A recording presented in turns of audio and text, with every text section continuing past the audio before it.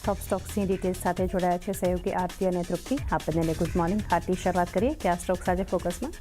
જી good morning ચાંદની. અને ઘણા બધા કાઉન્ટર ફોકસમાં છે. શરૂઆત જે કેબિનેટ મિટિંગનું આઉટકમ આપણને થતું દેખાઈ રહ્યું છે અને રેર અર્થ મેગ્નેટ સાથે જે સ્ટોક સંકળાયેલા છે એના પર આજે ફોકસ રાખવાનું રહેશે, કારણ કે કેબિનેટ દ્વારા 20,000 કરોડના ઇન્ફ્રા પ્રોજેક્ટને ખાસ કરીને મંજૂરી આપવામાં આવી છે. એની સાથે જે rare earth permanent magnet scheme છે એના માટે 7,280 કરોડના ઇન્સેન્ટિવ સ્કીમને પણ મંજૂરી મળતી દેખાઈ રહી છે. આ સ્કીમથી સ્થાનિક રેર અર્થ મેન્યુફેક્ચરર્સને ખાસ કરીને બૂસ્ટ મળતું જોવા મળશે. અને આ સાથે જો વાત કરી લઈએ તો પુણેમાં મેટ્રોના વિસ્તરણ માટે 9,858 કરોડના પ્રોજેક્ટ જે ફંડ છે એને મંજૂરી મળતી દેખાઈ રહી છે. એટલે ઇન્ફ્રાને પણ અહીંયાથી બૂસ્ટ સરકાર તરફથી મળતું દેખાઈ રહ્યું છે.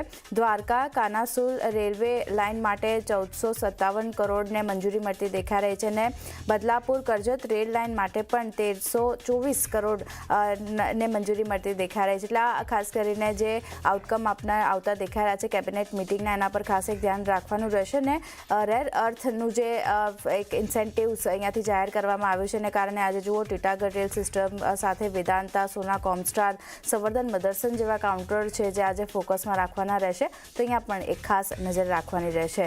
નેક્સ્ટ કાઉન્ટર વર્લપુલ ઇન્ડિયાનું છે. મોટી બ્લોક ડીલ અહીંયા થતી જોવા મળી શકે છે. વર્લપુલ ઇન્ડિયામાં લગભગ 965 કરોડની મોટી બ્લોક ડીલ શક્ય છે. સાથે વર્લપુલ મોરેશિયસ લગભગ 7.5% હિસ્સો અહીંયાથી વેચી શકે છે. આ બ્લોક ડીલ દ્વારા 1,030 રૂપિયા પ્રતિ શેરના ભાવ પર 95 લાખ શેર્સમાં મોટી બ્લોક ડીલ આપણને થતી જોવા મળી શકે છે. અને કરંટ માર્કેટ પ્રાઇસથી લગભગ 14% ડિસ્કાઉન્ટ પર આ ડીલ થતી દેખાઈ શકે છે. તો વર્લપુલ પર ખાસ એક ધ્યાન રાખવાનું રહેશે. અહીંયા એક બ્લોક ડીલના સમાચાર આપણને આવતા દેખાઈ રહ્યા છે. નેક્સ્ટ M&M પર ફોકસ રાખવાનું રહેશે. વેરિયન્ટ અહીંયા નવું લોન્ચ કરવાના સમાચાર આવતા દેખાઈ રહ્યા છે. BE6 મોડલનું નવું વેરિયન્ટ અહીંયા કંપનીએ લોન્ચ કર્યું છે. અને નવા વેરિયન્ટની એક્સ શોરૂમ કિંમતની જો વાત કરી લે તો 23.6 થી 24.4 લાખ રૂપિયા આપણને રહેતી દેખાઈ રહી છે. એટલે અહીંયા એક ખરીદારી આપણને આગળ વધતી દેખાઈ શકે છે. તો ધ્યાન રાખવાનું રહેશે M&Mના કાઉન્ટર માટે.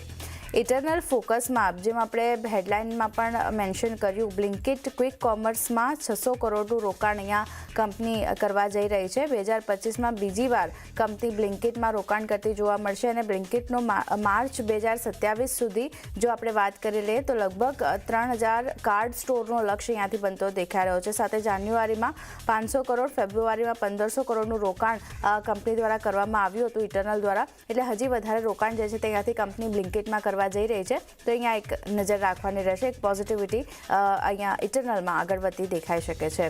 નેક્સ્ટ કાઉન્ટર એશિયન પેઇન્ટ્સનું છે. નવો પ્લાન્ટ શરૂ કરવાના સમાચાર આવતા દેખાઈ રહ્યા છે.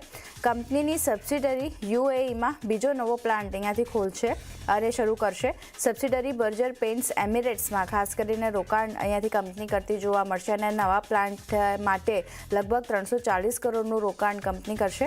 બીજો પ્લાન્ટ મેન્યુફેક્ચરિંગ પ્લાન્ટ પર ખાસ કરીને રોકાણ કરવામાં આવશે. અને આ નવા પ્લાન્ટથી વાર્ષિક 55,800 કિલોલીટર ક્ષમતા જોડાશે. એટલે અહીંયા એક ધ્યાન રાખવાનું રહેશે એશિયન પેઇન્ટ્સ માટે. પોઝિટિવ સમાચાર છે. સ્ટોકમાં રિએક્શન પોઝિટિવ સાઇડનું બનતું દેખાઈ શકે છે. ઓબેરોય રિયલ્ટી પર નજર રહેશે. રીડેવલપમેન્ટ માટે અહીંયા કરાર કરવાના સમાચાર આવી રહ્યા છે. મુંબઈના નેપિયન સી રોડ પર 4,706 સ્ક્વેર મીટર જમીન પર રીડેવલપમેન્ટ માટેના કરાર અહીંયાથી કરવામાં આવ્યા છે. એને કારણે એક ફોકસ ઓબેરોય રિયલ્ટી પર પણ રાખવાનું રહેશે. તો અહીંયા પણ એક પોઝિટિવિટી આગળ વધતી દેખાઈ શકે છે. અને મારા તરફથી છેલ્લે અશોક લેલેન્ડ પર નજર કરી લઈએ તો બોર્ડ પાસેથી ખાસ કરીને મંજૂરી મળતી દેખાઈ રહી છે. જ્યાં સબસિડરી હિન્દુજા લેલેન્ડ ફાઇનાન્સના NDL વેન્ચર્સમાં મર્જરને મંજૂરી મળતી દેખાઈ રહી છે. એટલે અહીંયા એક ધ્યાન રાખવાનું રહેશે. સમાચારનું રિએક્શન જોવા મળી શકે છે અશોક લેલેન્ડ માટે. તો અહીંયા પણ એક ફોકસ રહેશે.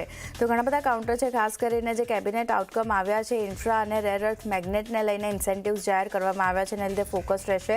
M&M, eternal, Oberoi realty, Asian paints જેવા કાઉન્ટર છે જે આજે ખાસ એક ફોકસમાં રાખવાના રહેશે. પણ એ સિવાય પણ તૃપ્તિ ઘણા બધા કાઉન્ટર છે જ્યાં સમાચારનું રિએક્શન જોવા મળશે. ક્યાં ફોકસ? આથી હું શરૂઆત વિપ્રોથી કરીશ. તો એક પોઝિટિવ સમાચાર છે. ડેફિનેટલી કંપનીએ IISc અને FSID સાથે એટલે કે ઇન્ડિયન ઇન્સ્ટિટ્યૂટ ઓફ સાયન્સ અને foundation for science innovation and development સાથે અહીંયા કંપનીએ કરાર કર્યા છે. તેમને ખાસ કરીને એઆઈને લઈને ટેકનોલોજીમાં ઇનોવેશન લાવવા માટે અહીંયા કરાર કરતા જોવા મળી રહ્યા છે. અને વિપ્રોનું કાઉન્ટર આપણે જોઈએ છે કે સારું આઉટ પરફોર્મ પ્રદર્શન પણ દેખાડી રહ્યું છે. અને આવા જે કરાર થયા છે જેને કારણે કરીને કંપનીના આવનારા સમયમાં એઆઈને લઈને જે ડેવલપમેન્ટ થઈ રહ્યું છે તેનો પણ એક સપોર્ટ મળી શકે છે. અને કાઉન્ટર પર આજે પણ એક સારી એવી તેજી જોવા મળી શકે છે. ત્યારબાદ નજર કરશું એ છે ટોરેન્ટ પાવર પર. અહીંયા અધિગ્રહણ કરવાના સમાચાર આપણી સમક્ષ આવતા જોવા મળી રહ્યા છે. કંપની એલએનટી પાવર યુનિટમાં તેઓ $1.2 બિલિયન તેઓ અહીંયા અધિગ્રહણ કરશે.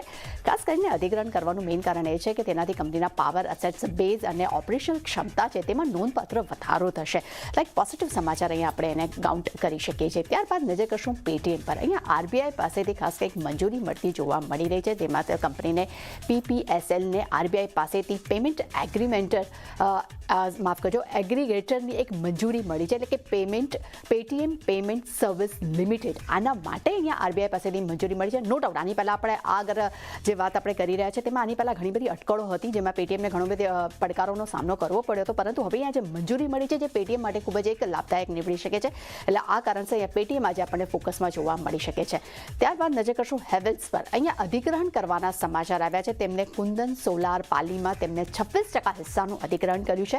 તેમને 5.63 કરોડમાં આ પૂરો જે હિસ્સો જે 26% હિસ્સો જે છે તેમને ખરીદ્યો છે. અને 25 વર્ષ માટે કંપનીએ અહીંયા પરચેસ એગ્રીમેન્ટ કર્યા છે જેમાં તેઓ 15 મેટ્રિક પાવર જે છે તેનો સોલર પાવર પ્લાન્ટ જે છે તેઓ ડેવલપમેન્ટ કરશે. એટલે ખૂબ જ એક પોઝિટિવ સમાચાર અહીંયા આપણે સમક્ષ જોવા મળી રહ્યા છે.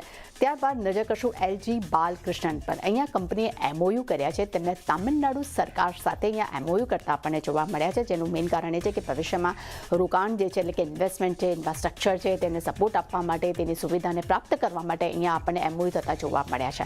ત્યારબાદ નજર કરશું અશોકા બિલ્ડકોન પર. અહીંયા કંપનીએ પોતાની 4 અલગ અલગ જે નાની કંપનીઓ જે છે તેઓ વેચી રહ્યા છે. તેની સબસિડરીએ તેમને મેપલ ઇન્ફ્રા ટ્રસ્ટને તેમને 1814 કરોડમાં તેમને 5 પોતાની નાની જે કંપની છે અહીંયા તેમને વેચી છે. અને સબસિડરી કંપની કઈ છે તો કે અશોકા કન્સલ્ટેશન લિમિટેડ. તેને આ 5 જે પોતાની કંપનીઓ છે તેને પૂરો સંપૂર્ણ હિસ્સો જે છે તેમને અહીંયા વેચી દીધો છે. એટલે ખાસ કરીને અશોકા બિલ્ડકોન પર પણ ખાસ ફોકસ રાખવાનું રહેશે.